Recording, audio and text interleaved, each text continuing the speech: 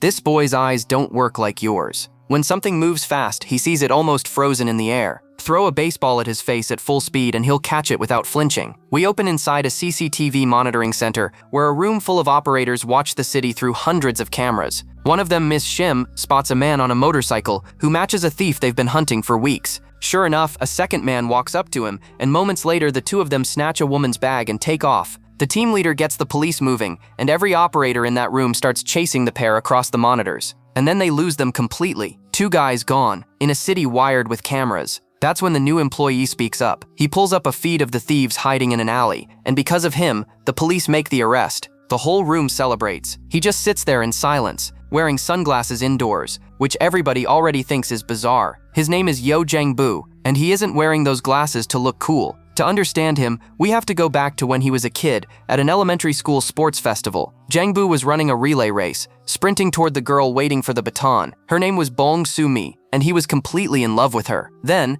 out of nowhere, he lost his balance and went down. His parents took him in for tests, and the doctors found something extremely rare. Jang-bu has a condition called dynamic visual acuity. His eyes process fast-moving objects in incredible detail, which basically means the world runs in slow motion for him. It sounds like a superpower. In practice, it comes with a brutal side effect. All that visual information makes him dizzy, which is exactly why he collapsed mid-race. He can't play sports. He can't move fast. Then Dr. Sok tells him he'll need to wear sunglasses all the time, just to make daily life bearable. Right after the diagnosis, Jang-bu's father leaves the country for work, chasing money to pay for a treatment that might fix his son's eyes. Jang-bu stays behind with his mother and his little sister. And here's the thing, his condition really is a blessing and a curse. Seeing the world in that much detail turns him into an artist. He starts drawing constantly, and he's genuinely good at it. But at school, the sunglasses make him a target. Kids decide he has alien eyes and never let him forget it. Only one person stays beside him, Bong Soo-mi. She plays with him, she sticks up for him, and she becomes the reason he draws in the first place, because making her smile with a sketch is the best part of his day, until the bullies turn on her too. Being Jang-bu's friend costs Soo-mi too much, so she pulls away, and just like that, he loses the only friend he's ever had. After that, Jang-bu does something desperate. He decides that if his eyes are the problem, he'll destroy them, so he starts watching television non-stop, hoping to ruin his own vision. His eyes don't get worse,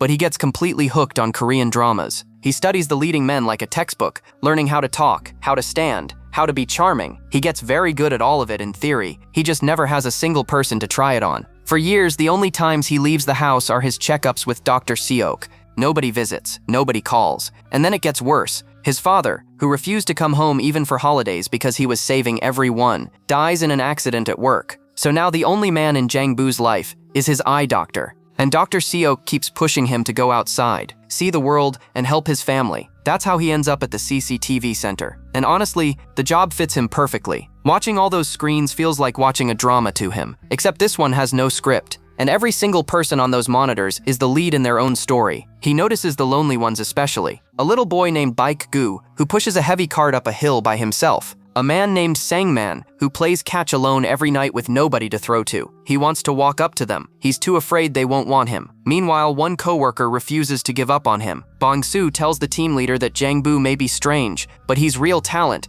and he promises to look after him. So Bong Soo talks to him constantly, asks him questions, makes jokes, and Jang-bu answers every single one of them perfectly. But Bong Soo does notice something odd. Jang-bu keeps sketching city streets, and next to every path he draws, he writes down a number. He's counting how many steps it takes to get from one place to another. Bong Soo has no idea why. Neither does anyone else. Then one day, Bong Soo asks him a simple question. Does he have a girlfriend? And that question drags one name back to the surface. Jang-bu turns to his monitor, spots a young woman hurrying out of a house, and stands straight up. He bikes to her neighborhood just to look at her from a distance. It's So-mi, all grown up, but she isn't doing well. Standing at her gate is a debt collector, and from their conversation it's obvious she's drowning in money problems. Jang-bu doesn't say a word to her. Instead, he goes back to work and starts following her on the cameras. Every day, everywhere. He learns her entire routine by heart. He notices she drinks soda outside a coffee shop at night, so he starts doing the same thing. He notices her eyeing an abandoned couch on the street. So the next day, he drags that couch across town and leaves it right in front of her coffee shop. That night, Soo-mi finds it, sits down,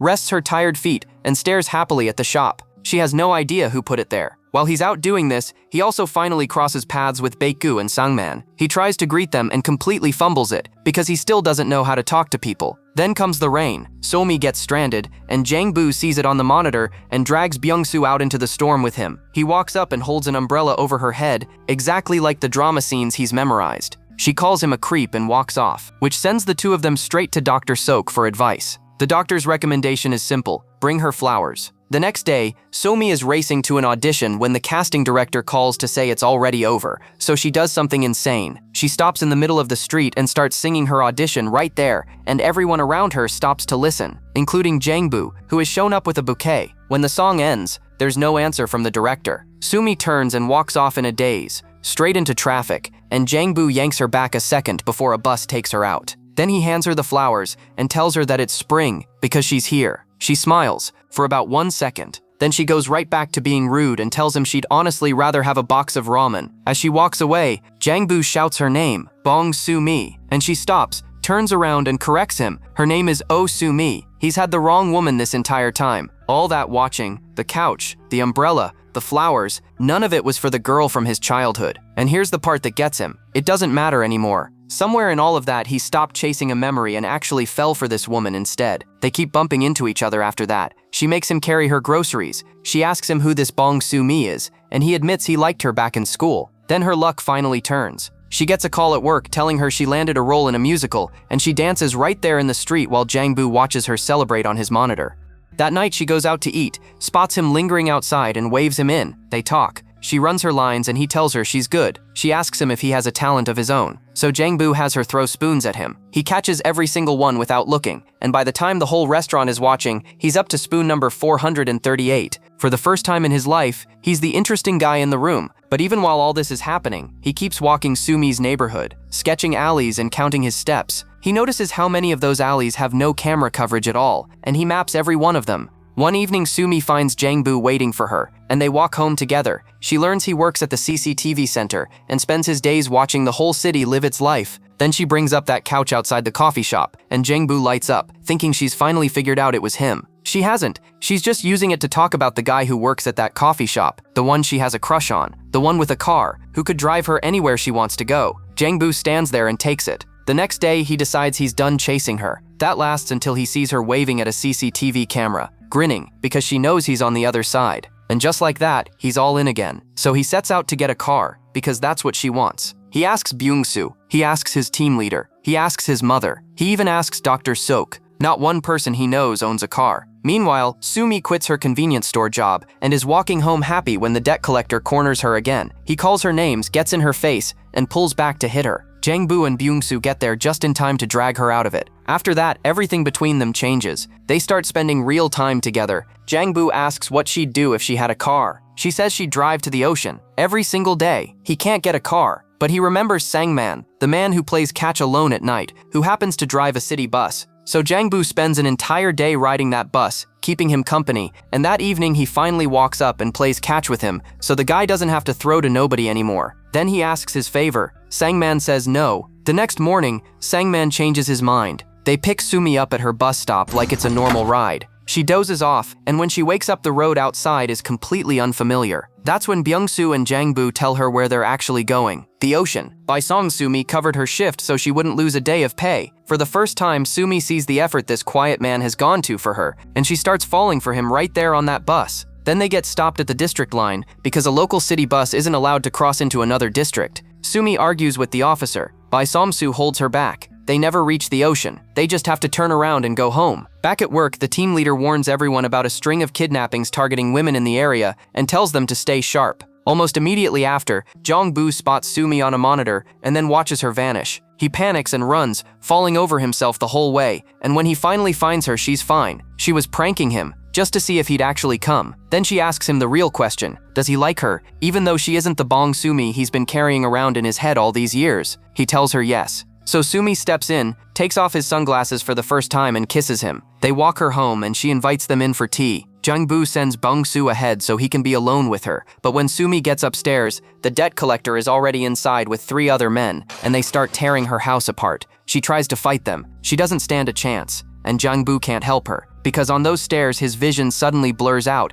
and he goes down. After the men leave, the two of them sit outside together. Sumi finally apologizes for lying about who she was and admits why she did it. She didn't want him comparing her to the girl he remembered. Then she shows him something. In the pile of belongings those men threw around are the drawings Jiangbu made for her when they were kids. She kept every one of them. Jiangbu doesn't say anything, he just goes home. The next day he sees Dr. Seok, and the news is the one thing he's been dreading. His condition has been getting worse this whole time. He's going blind, soon, and now everything clicks. The sketches, the maps, the endless counting. Jiangbu has known this was coming for years, so he's been memorizing every street and every alley in the city, step by step, so that when the darkness finally arrives, he'll still be able to walk through his own life without help. While he's absorbing that, Sumi makes her own hard choice. She sells her house, pays off every last debt, and quits her part-time job. She's free. She also has nowhere to live. Then at the monitoring center, Miss Shim spots a white car circling the same area over and over. She checks the plate and it matches the vehicle from the kidnapping case.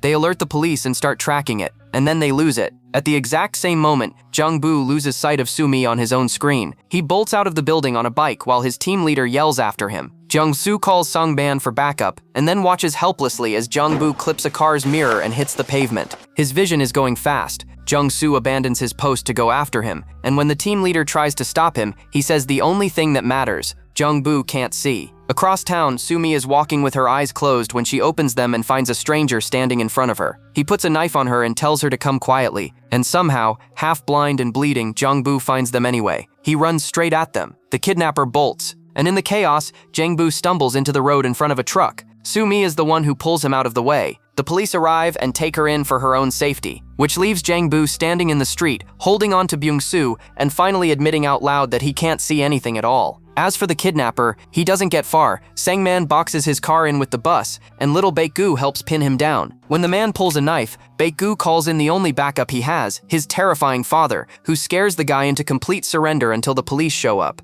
Later, Jiangbu's mother comes to collect him, and as they walk home together, he tells her not to worry. He's been getting ready for this for a long time. Then the seasons change, and the two of them lose contact completely. Sumi gets busy rebuilding her life. Jiangbu stays in his room. She still waves at the CCTV cameras sometimes, hoping he's on the other end. Then one day, she wanders back to that old couch outside the coffee shop, sits down, and sees him inside. She jumps up, waving, thrilled. And then Jiangbu walks out with a white cane, taps his way past her, and heads off in the other direction without ever seeing her there. Sumi follows him in silence through the city, and he leads her, without knowing it, to an art exhibit. Every piece in that room is her. He lost his sight completely, but he never lost her face. He painted all of it from memory. The next day, she trails him again, and this time, Jiangbu stops in the middle of the street, turns around and asks her where she wants to go next. She's stunned. He knew she was there the entire time. He tells her how he knew. He can smell flowers, the kind that always remind him of spring. Then he puts out his hand,